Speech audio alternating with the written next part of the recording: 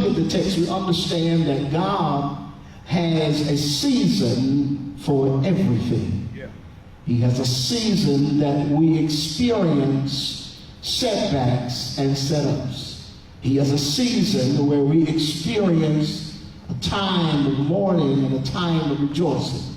God has a season where we experience subtraction and then additions. Yeah. He has a season where we experience division, but also a season of multiplication.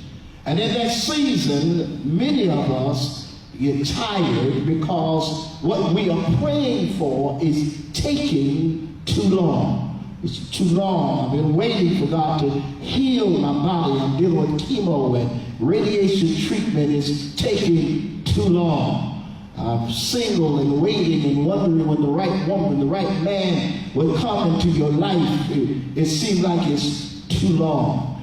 You've been dealing with debt and trying to pay your way out of debt. And once you pay off one thing, the car breaks down. It seems like things are just taking too long. You get one child out of trouble, out of jail, and now the next child is in rehab. It seems like deliverance from your house is taking too long. You look and you give, and it seems like the more you give, others take, and you wonder when will your harvest come in, because you've been the giver and everyone's been the taker, and you're wondering when will your harvest come in. It's taking too long. But I want you to know God, amen, does not operate according to the timing of man. We talked about man operates through a chronos time. He operates through his calendar, his winter, his fall, his spring, his summer season. He works according to his calendar. But then the Lord, he has his own, amen, methods of timing.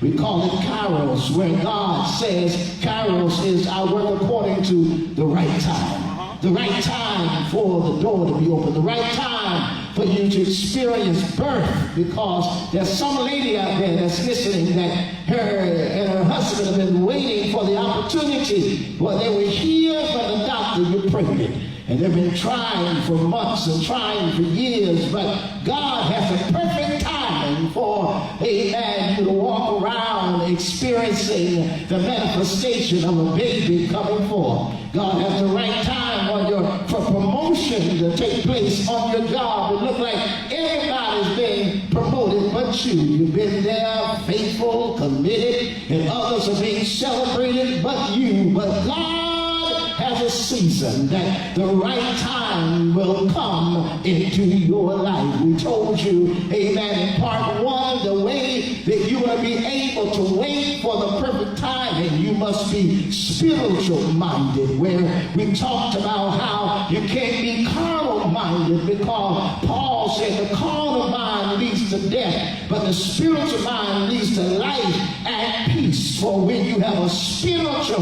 mind, God gives you peace when others are being blessed. He has you peace when others are being healed. He has you peace when others experience a manifestation and you're in devastation. He gives you peace when it seems like your door is not opening, but others' doors are opening, because you are not focusing on what you see in the natural, but you're focusing on what you see in the spirit. I see you see yourself walking in that house with your keys in your hand. You see yourself, amen, on the right shift to work. You see yourself with new opportunities coming to overtake you. You see yourself walking down the aisle as you're saying, I do. You see the Lord, amen, giving you more than you ever asked for. Somebody say, I got a spiritual mind. It's not what I'm looking at in the natural, it's what I'm seeing in the spirit. Secondly, I told you on last week, and we began to deal with Zechariah's situation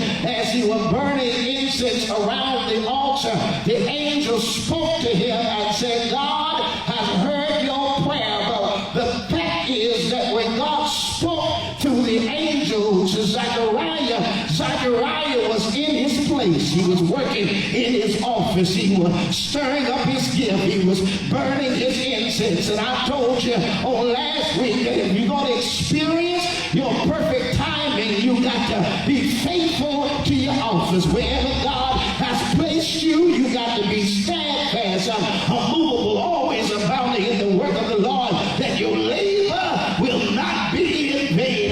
Is there anybody here got your mind made up? I'm going to be faithful unto death. I don't know when God's going to heal me. I don't know when the door's going to be open. I don't know when the manifestation's going to take place. But I'm going to work until God bless me. Why?